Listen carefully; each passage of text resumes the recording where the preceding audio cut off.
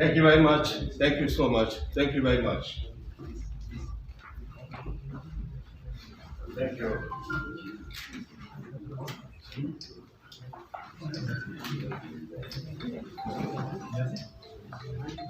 Bismillahirrahmanirrahim. Mr. Chairman,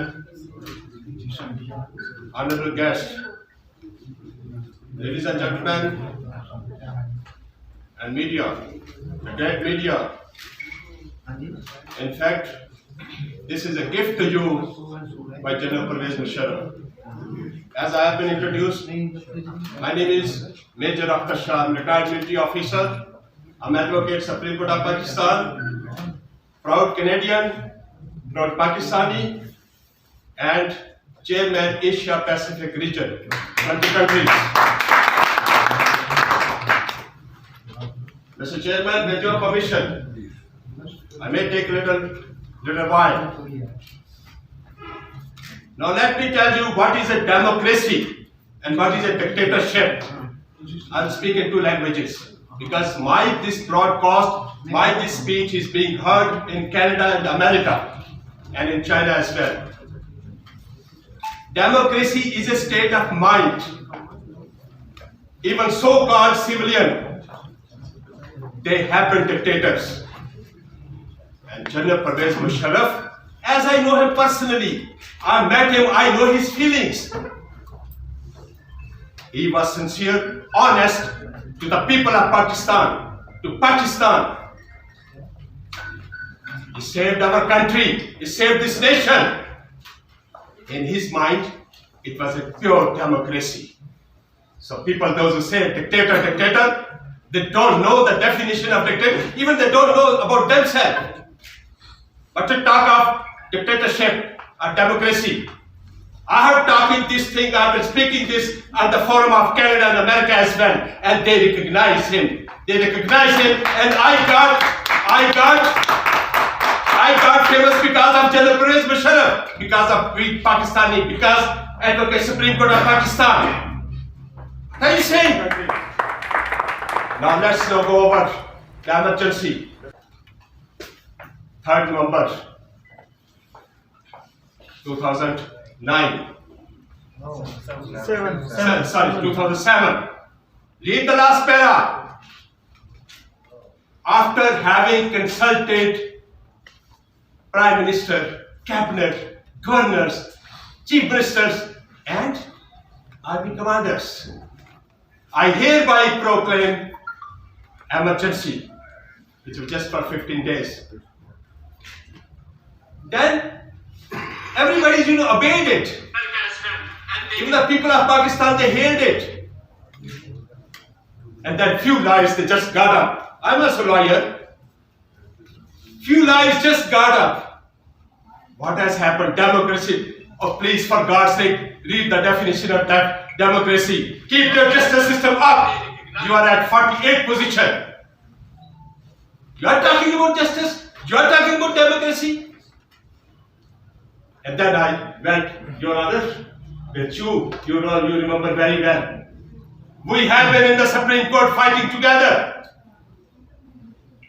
Just telling the people, this is a democracy. We want to have a strong Pakistan. And then only he was the one under Article 6. Oh, just one person can bring it, can go for the Article 6, can bring a martial in this country? No, never, not at all. Justice has killed, justice system has killed him. I know his feeling. I've been very close to him, and Mr. Kasuri knows very well. He was crying, he was weeping, not because of his act, because justice system was killing him. And then at the last stage, when the announcement of that, whatever you call it, sentence was done in that case, Article 6 case, last night or one night prior to that, he told me he wants to appear, he wants to come.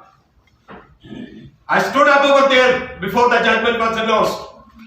I said, Your Lordship, he wants to come. And nobody listened to that.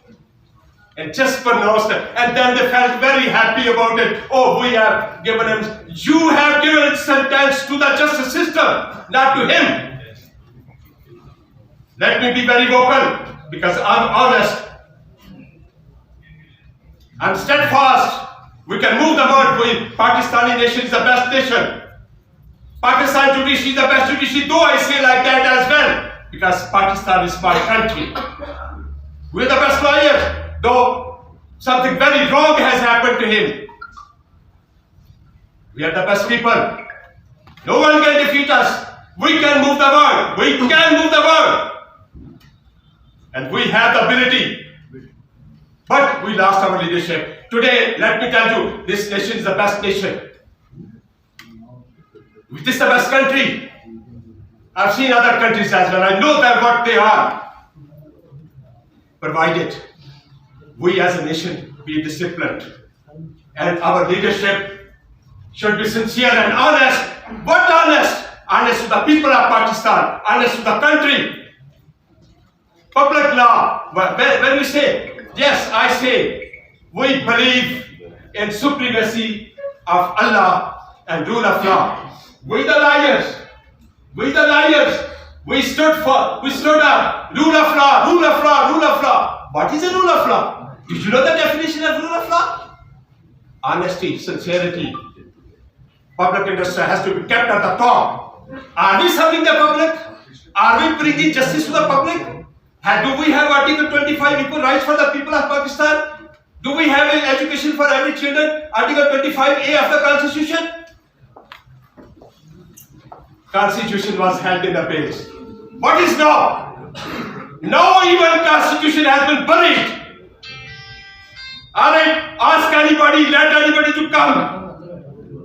Let me the top lawyer, let me the top judge. Ask me this question. I will answer him. So, I would say, Mr. Chairman and Mr. Pirzada and you people, really, you have done a great to keep his cause up. He has never died. I have not come here on his mercy and mercy some kind of that thing. I have come here that he is still alive. Only the justice has died. So come, fellow, come. Let us save people. Let us save people of Pakistan. Let us save Pakistan. I respect everybody, Maulanas. I have been dealing with the Lal Masjid case, Akbar Gupti case in which I got him acquitted from, honorably acquitted. I know Jaji detention case. I know bail is a murder case. I had each and every word is carved in my heart. And one day, let me issue a declaration. I am going to write the truth about him, maybe in form of shape, in the form of book, or something like that. That will explain about his personality.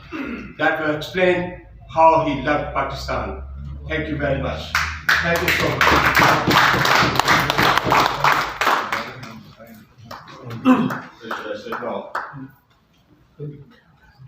Okay. Thank you. Thank you so much for your kind words. Indeed, you present the situation in a brilliant way. We greatly appreciate your words. Thank you so much, Mr. Shah.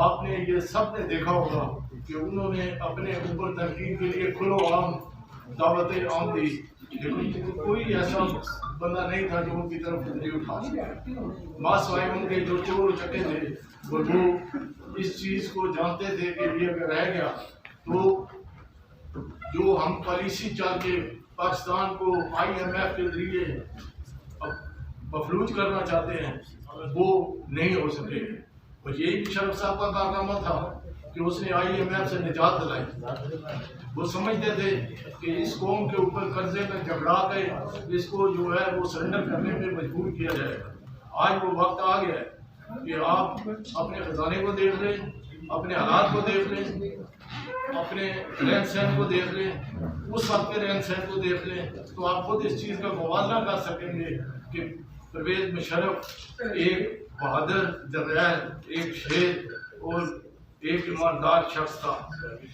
ہم ان کو ان کی تمام army کے لوگوں کو جو 1947 سے آج تک اس سے جا چکے ہیں ان کو خراج عقیدت پیش کرتے ہیں اور پرویز مشرف صاحب کو آنر پیش کرتے ہیں کہ انہوں نے اپنی ساری زندگی اس پاکستان کی بہتری کے لیے گزاری۔ مرنا بھی انگلینڈ میں پسند نہیں کیا، ان کو نکالا گیا تو انہوں نے اسلامی ملک کے اندر ہی اپنی بیماری کے ساتھ لڑتے رہے، لیکن وہ کسی یہودی ملک میں جا کر کسی سے بھیک نہیں مانگی۔ اللہ تعالیٰ کی ذات ان کو جوار رحمت میں جگہ دے اور ان کے ثمرات اس قوم کو سمجھنے کی توفیق دے۔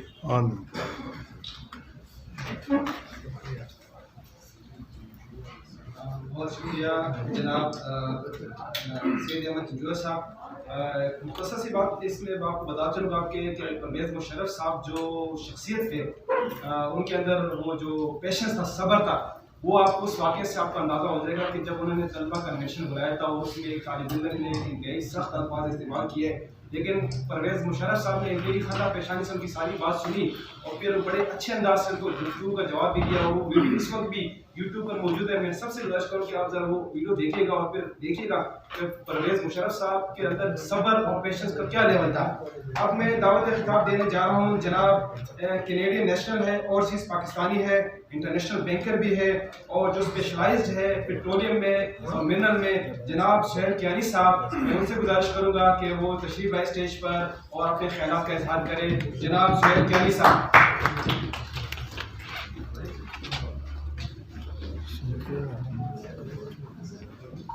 بسم اللہ الرحمن الرحیم، السلام علیکم۔ میرا نام ہے سہیل کیانی اور یس میں اردو اور انگلش بوتھ میں بات کروں گا۔ میری اردو کمزور ہے، میں 40 سال باہر رہا ہوں۔ Anyway, I am the chairman of the Overseas Pakistani Investment and Trade Management Association, which has members in 22 countries. I have worked for some of the largest banks in the world.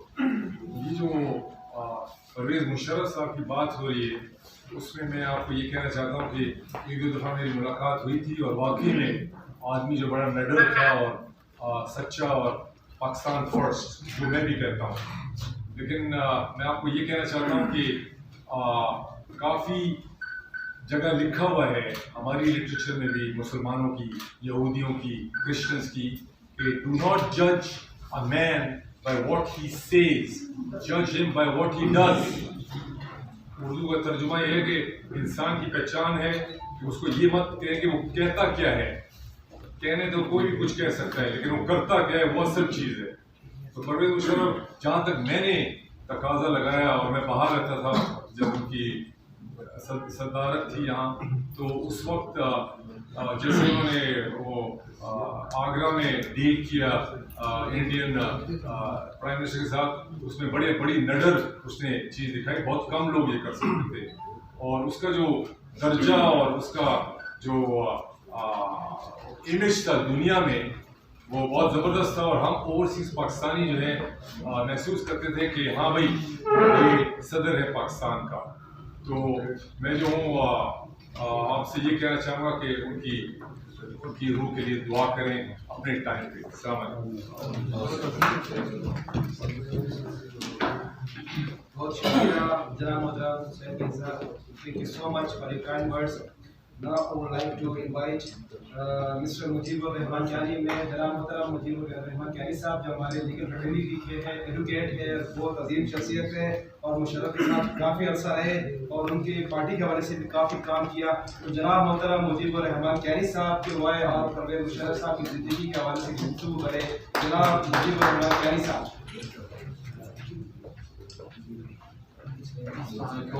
سب سے پہلے media thank you very much. ابھی ایک discussion ہو رہی تھی dictatorship اور democracy کی. وہ ایک ایسے ڈکٹیٹر تھے جو ڈیموکریسی کے بلیو تھے. اس کی فرسٹ آپ ایگزامپل دیکھ لیں، میڈیا کی اتنی مشہور گروتھ ہوئی اپنے چینلز کی، یہ پوری آزادی تھی آپ کو. پہلے صرف پی ٹی وی کی حد تک ہوتا تھا اور ہر حکومت جو تھی وہ اپنی من پسند خبریں شائع کرتی تھی اور آپ کو ویل اویئر نہیں ہونے دیتی تھی. انفارمیشن جو تھی وہ لمیٹڈ تھی. اب ایک جو کرسچن جھاڑو بھی لگا رہا ہوتا اس کو بھی پتا ہوتا ہے کہ ملک میں کیا ہو رہا ہے.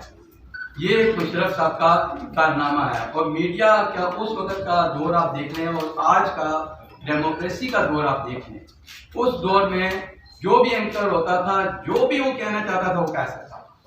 ایون حتیٰ کہ اب چیف جسٹس بھی رہے واٹر مرزا صاحب، ان کی آپ کلپ لے کے اٹھا کے دیکھ لیں، ابھی بھی میڈیا میں دیکھیں، گوگل میں دیکھیں، وہ کس قدر مشرف صاحب کو برا بھلا بیٹھ کے کہتے تھے ٹی وی چینلوں پہ، لیکن مشرف صاحب نے کبھی بھی ان کے خلاف ایکشن نہیں لیا. ٹھیک ہے جی. تو یہ ایک ڈیموکریسی تھی. اور اسی طریقے سے آپ دیکھیں کوئی ایسا لا نہیں بنایا گیا جو اگینسٹ دی کنٹری ہو، اگینسٹ دی جوڈیشری ہو، کوئی اس قسم کی کوئی لیجسلیشن نہیں کی گئی.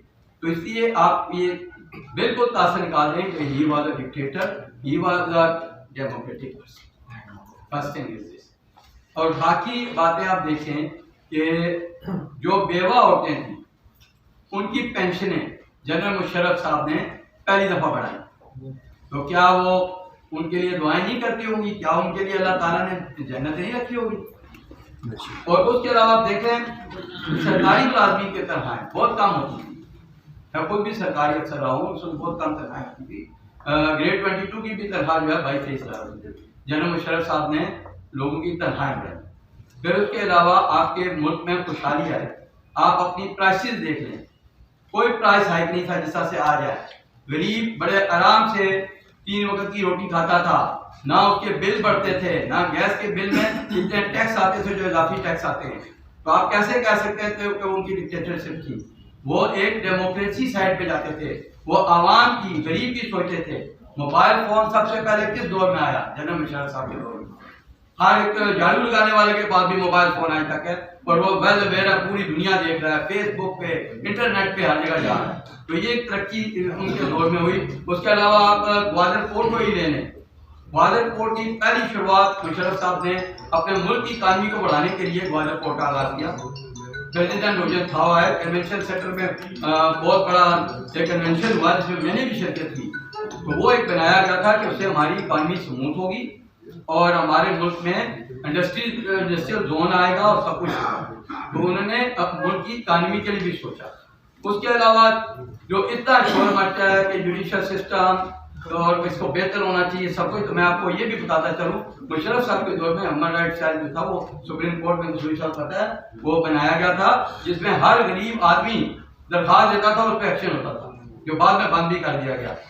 تو اس کے علاوہ ایکسیس ٹو جسٹس پروگرام میں پیسہ دیا گیا کہ کس طریقے سے آپ کے لوگوں کو کس طرح سے انصاف فراہم کیا جائے، اور وہی پیسہ لگا کر آپ کی عدالتیں ابھی صحیح ہوئی. تو انہوں نے جوڈیشری تک بھی سوچا، ایگزیکٹو کے تبادلے انہوں نے نہیں کیا اپنے دور میں، جو جہاں بیٹھا تھا وہاں تک کبھی بھی انہوں نے کسی چیز کو بھی ڈسٹرب نہیں کیا. حتیٰ کہ آپ دیکھیں لائر نے اتنی بڑی موومنٹ چلائی، انہوں نے ان کو بھی جیلوں میں اتنا نہیں بھیجا نہ کچھ کیا. Open he was a democrat, he was not a dictator and we all pray for him. اللہ سینڈ ہم ان جنت. Thank you. ہمارے پاس بہت مختصر ہے اور باتیں تو بہت زیادہ ہے، لیکن کیانی صاحب نے جس طرح فرمایا کہ سب سے بڑا کمال جو پرویز مشرف کا تھا کہ وہ فریڈم، جو میڈیا کو جو فریڈم حاصل ہوا تھا وہ انہی کے دور میں ہوا تھا. اور اسی والے سے ایک شاعر کہتا ہے کہ میرے ہاتھ میں قلم ہے، میرے ذہن میں اجالا، مجھے کیا دبا سکے گا ظلمتوں کا پالا، مجھے فکر امن عالم، تجھے اپنی ذات کا غم، میں طلوع ہو رہا ہوں، غروب ہو رہا ہے. بہرحال اب میں آخری خطاب کے لیے درخواست کرنے جا رہا ہوں. پاکستان عوامی مسلم لیگ جو پرویز مشرف صاحب کی جو پارٹی بھی تھی، سیاسی پارٹی بھی تھی، اور اس کے ساتھ چیئرمین بھی ہے، اور یہ پارٹی انشاءاللہ ریوائیو ہوگی، دوبارہ زندہ ہوگی اور پاکستان کے پولیٹکس میں اپنا یہ رول ادا کرے گا. اور اپنے اس ڈیولپمنٹ، اس جو پاکستان کی ڈیولپمنٹ جو پرویز مشرف صاحب کے دور میں ڈیولپمنٹ ہوئی تھی، انشاءاللہ وہ کنٹینیو رہے گا.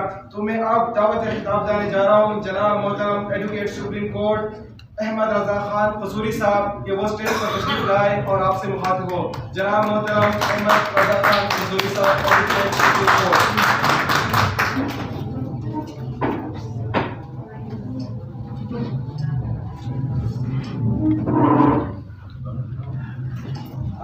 Suri Saab, you are a great leader. Great leader.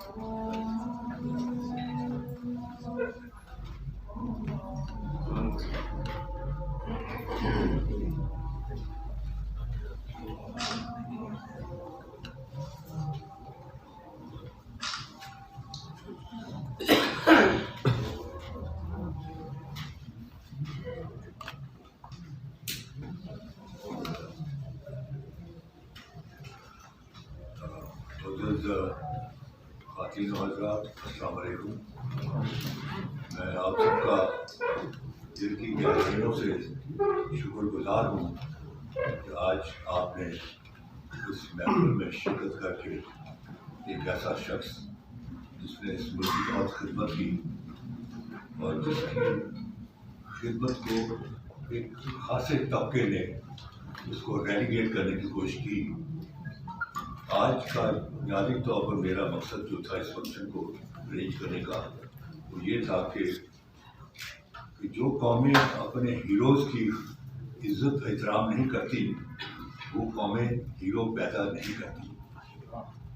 General Musharraf ہر لحاظ سے ایک ہیرو تھا اور ان کو ہیرو ہونے کے ناطے سے ہی آج میں نے آپ لوگوں کو ذہنت دی کہ آج ان کی دوسری برسی ہے، ان کو یاد کیا جائے. ان کی جو خصوصیات تھی، ان کی جو ملک و قوم کے لیے خدمات تھیں، ان کا اظہار کیا جائے. جہاں تک ان کی خدمات ہیں، میرے جو باقی ساتھی ہیں انہوں نے اپنی تقریروں میں ذکر کر دیا ہے. میں تھوڑا سا کچھ اور اس سے اینگل سے بات کروں گا. پہلے تو میں یہ بتا دوں کہ ان کا جو نعرہ تھا سب سے پہلے پاکستان، اس کو میں نے، کیونکہ میں presently I am the chairman of All Pakistan Muslim League جو کہ جنرل مشرف کی پارٹی ہے، اس کا میں چیئرمین ہوں. میں نے اس کے ساتھ پختیاں لگائی ہے کہ سب سے پہلے پاکستان جیوے جیوے پاکستان. پاکستان ایک حقیقت ہے، ایک فلسفہ ہے اور یہ ایک اللہ تعالیٰ کا ایک تحفہ ہے مسلمانان ہند کو. مسلمانان ہند کی 200 سال کی عظیم قربانیاں جنگ پراسی 1757 سے لے کر 1947 تک جو مسلمانان ہند نے ہندوستان کی آزادی کے لیے قربانیاں دیں، اس کا ثمر پاکستان ہے. لیکن پاکستان کو ہم لوگوں نے اجاڑ دیا. میں نے پاکستان کو بنتے ہوئے دیکھا ہے. میں اس وقت 9 سال کا تھا جب پاکستان بن رہا تھا اور مجھے بالکل ہوش ہے کیسے حالات تھے. قصور جو تھا وہ پہلا ہالٹ تھا، جیسے ہی لوگ آتے تھے ہندوستان سے پہلا ہالٹ قصور ہوتا تھا اور وہ جو کٹی پھٹی لاشیں آتی تھیں. اور میرے والد جو تھے he was a liaison officer between the army and the civil unit، اور وہ لاکھوں کے لوگ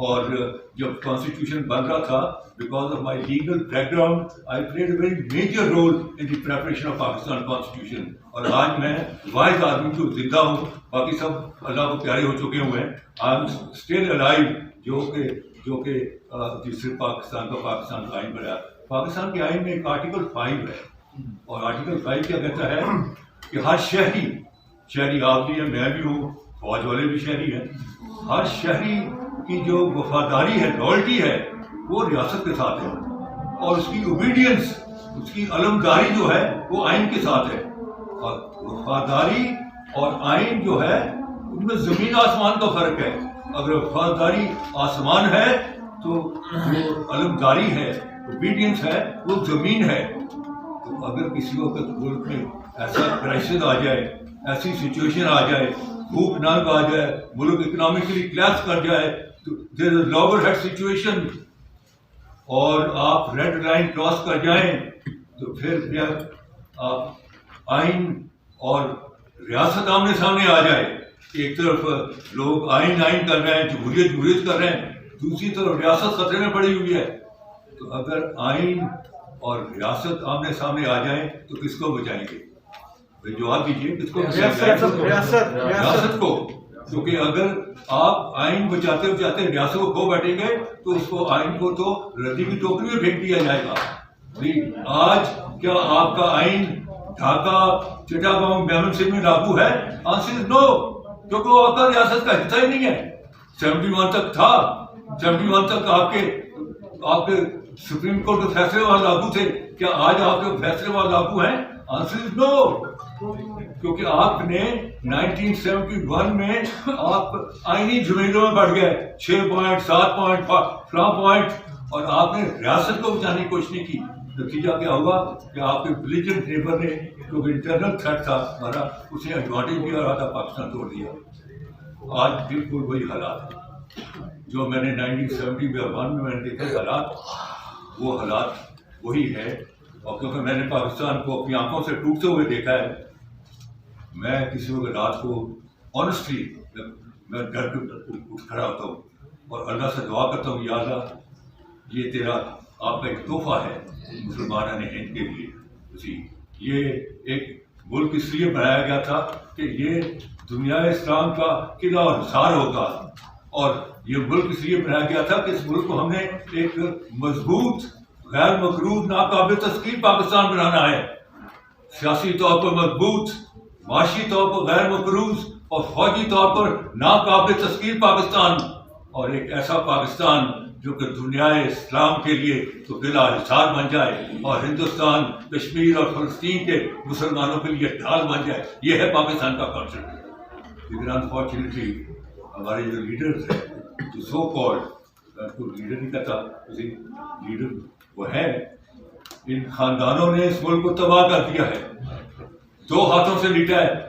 یہ ملک جو ہے, اس کے عوام جو ہیں, لوگ رئیس ہیں, گورنمنٹ جو ہے وہ غریب ہے.